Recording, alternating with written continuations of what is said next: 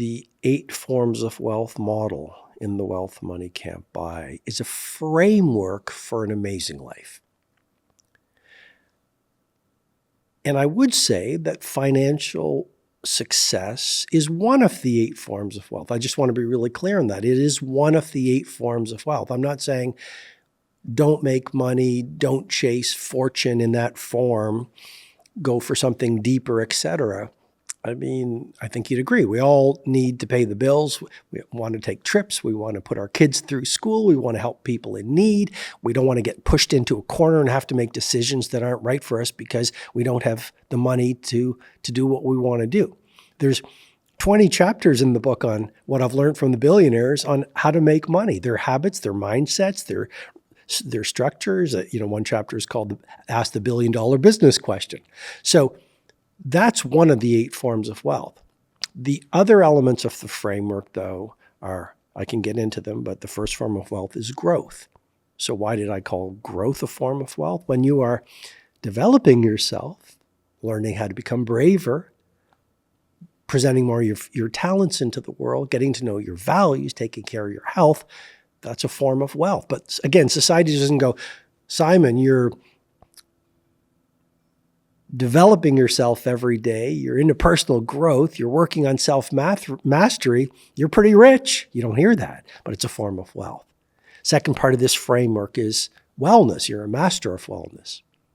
So second form of it, if you have your health, you're a wealthy person. Someone once said to me at a live event, they gave me a piece of paper. They said, go back to your hotel room tonight and read it. It said, health is the crown on the well person's head that only the ill person can see. Now, you know this so well. It takes you to lose your health to appreciate it. If any one of your listeners, watchers from around the world loses their health, and I pray they don't, nothing else will matter but getting their health back. I had a guest 2 episodes ago, young guy, Axel. He was late 20s and super healthy. Fit, one of the fittest people I've ever come across, really. And he got some back pain, went into hospital. They ran a lot of checks, couldn't work out what it was. Worked out he had Burkitt's leukemia and told him you have 5 days left to live.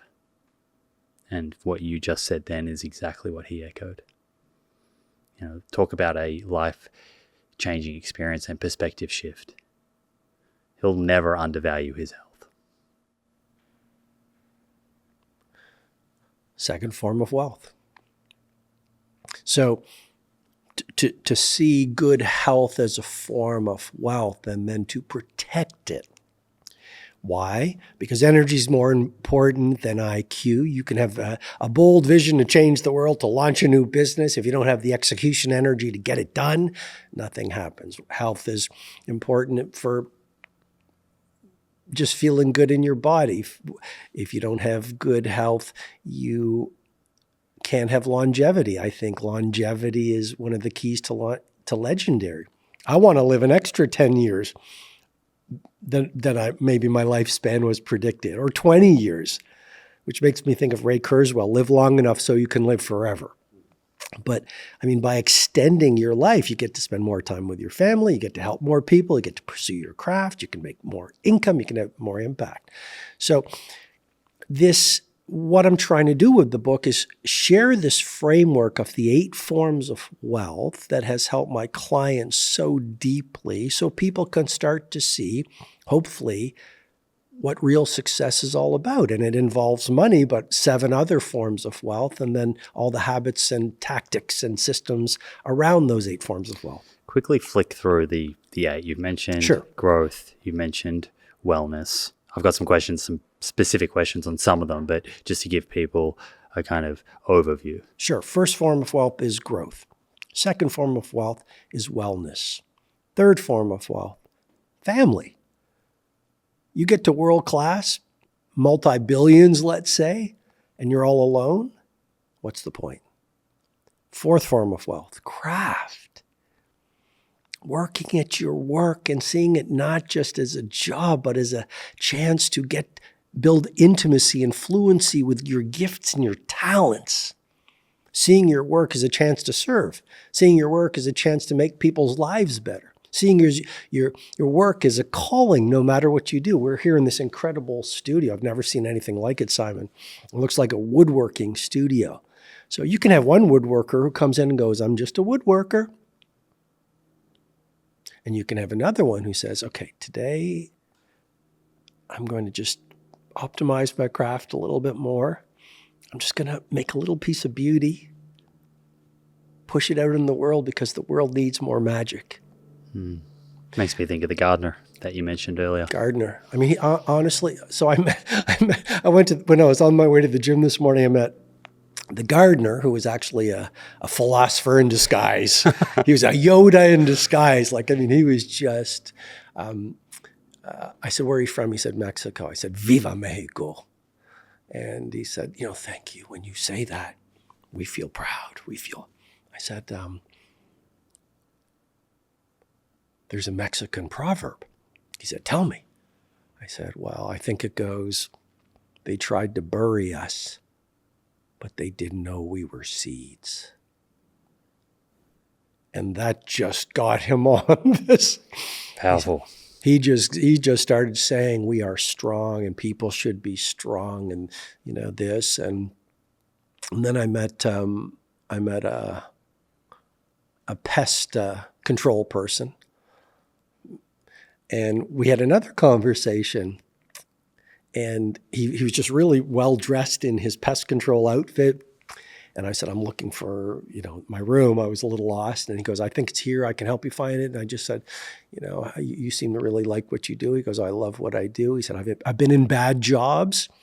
And he said, this is a really good job. And he said, I live in Torrance, but I come over here and I get to be around all these gardens and this and that. And these are people who, in a world where so many people want the rewards of world class without doing what world class requires, so many people see their job as a job versus, no matter what the job is, a chance to make a difference. I saw two people today who didn't lose the sparkle in their eye. Here's a pest control person he seemed incredibly grateful. So the fourth point is, you wouldn't know either of those things if you weren't open to striking up conversations with strangers. I think, as I get older, I just love people. I just, and I honor people's labor. I mean, here's a human being standing in the garden or doing the pest control, and they see the nobility and the dignity of their labor. I honor people like that. You just see someone working in a not a billionaire job, not a CEO job, and it's easy. Society might say that's not an important job. These are human beings doing important work. Yeah, and they deserve to feel seen. To feel seen. And you make a huge point, which is, I think, our job, your job, and my job, and all of our jobs is to go through each day. It's a little off topic, but I think it's the wealth money can't buy. And listen to people's stories and to connect with them and help them be seen and make connections. And the paradox is they feel bigger after they leave you, and you feel so much happier. And if we can go through life connecting to people in this world where so many of us we're so disconnected. We're just so disconnected, Like, as I flew over here yesterday, I'm not judging, just reporting, but there was the woman in front of me and she just cranked her seat back, just cranked her seat back. And she was like a member of royalty. And it just seemed by all of her behavior that she was the most important person in the world. Oh, it's very easy to think we are the center of the universe. I tried to deconstruct it in my prayer and my journaling and meditation this morning just to figure out the behavior. And my sense was just someone who just really thinks they're at the center of the world. And I would actually say, Simon, if you were to go deeper, you'd probably find a very scared, insecure person trying to take up a lot of oxygen. But I'm simply saying, I think if we can go through the world and connect to people versus disconnect with them, we'd be so much happier. You do write you said that's kind of digressing from the book, but there is a part of the book that I remember, if I recall correctly, where you talk about the importance of being able to listen, and perhaps listening being a skill that we're losing, the importance of that skill to build these connections that you're talking about. Yes, listening sounds so obvious, but in a world of so much chatter, so few of us are just really great at being present. I mean, presence is a form of wealth. Presence is a form of riches. If we're present to people. So I think listening is key, and a lot of people haven't got much listening in their childhoods. What is it that makes someone a good listener, or what do good listeners do that poor listeners are not doing? Well, I think a good listener is really curious. A good listener really cares about the person in front of them. A good listener is present. A lot of us, there's so much chatter. This is why personal development, this is why the first form of wealth is growth. The more you can still yourself, center yourself, clear out the chatter, clear out the noise, the more you can hear the signal. So as you still yourself and become calm, especially in a storm, then you're going to be present. And when you're present to someone, I believe it's a huge gift you can give to another human being. If you want to make people feel bigger in your presence, be present with them, and people can feel if you're really there. Okay, so that's craft. Number 4. The fifth form of wealth is money. Money is one of the forms of wealth. As I mentioned, there's 20 chapters plus on how the world's most financially successful people do it. And that's from my experience, 31 years in the field of working with many of the best financially. The sixth form of wealth, community. So we become our social conversations. Let's go to the science of, for example, Nicholas Christakis at Harvard University, who has found that we become not only, Simon, you might find this interesting, we are influenced not only by our friends, we are influenced by the friends of our friends, and the friends of our friends' friends. Social webs. Social webs, he calls it social networks. Why? Emotional contagion, the phenomenon where we pick up unconsciously and invisibly the dominant emotions of people we spend most of our time with. And number 2, mirror neurons. It's a type of brain cell that causes us to subconsciously mimic the behavior we spend most of the time, the people we spend our time around. So, choose your friends wisely. So incredibly important. If you want to be Kobe level athletic, play with the absolute best. If you want to be the wisest person in your neighborhood, surround yourself with people of wisdom. You want to be financially free, play with people whose lives you want to be living. So one of the things I talk about in the book is a social circle detox. I think you can be around energy vampires or change the world. You can't do both. And then people often say, well, my mother is toxic, or my husband is toxic, or my best friend is toxic. And I would say reason, season, lifetime. Some people are meant to be in our lives for a reason, some people for a season, some people for a lifetime. And one of the best things you could do is let go of the toxic people today, because they are costing you your financial fortune, your expression of your genius, your happiness. And if you still want to love them, which is good, love them from afar. Seventh form of wealth is adventure. We are nomadic. We are meant to try new food, to travel, to explore new books, to venture to unknown possibility. That's when we come alive. And then the eighth form of wealth is one of the most important, and it's service.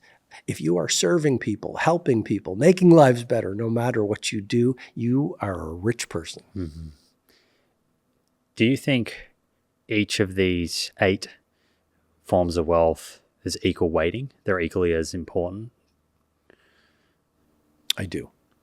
And in terms of your experience working with people, are there any standouts with regards to where people kind of lack or neglect the most? Absolutely. First form of wealth, growth. So many people don't care for themselves. Again, I would say the cultural hypnosis, Simon, is, oh, you're up at 5 a.m. meditating, visualizing, praying, writing in a journal. Lucky you. Makes me think of Mahatma Gandhi. I have a lot to accomplish today. Therefore, I must meditate for 2 hours rather than 1. Clarity. If you have a lot to do, you better maybe work harder on yourself and refill the well and get strong inside. So we often neglect the first form of wealth, which is growth. Family, that's a big one. Especially, I must say, especially young entrepreneurs. We get so caught up in that cohort generally. Well, I think so many people in business, you get so attracted in reaching the career mountaintop. Family often suffers. My partner Al, her grandmother is 96 this spring, and when she was 90, we had a big birthday for her, and I sat next to her and I asked her. I said, "Nona, you're 90 years old. What's most important? You've seen a lot of life."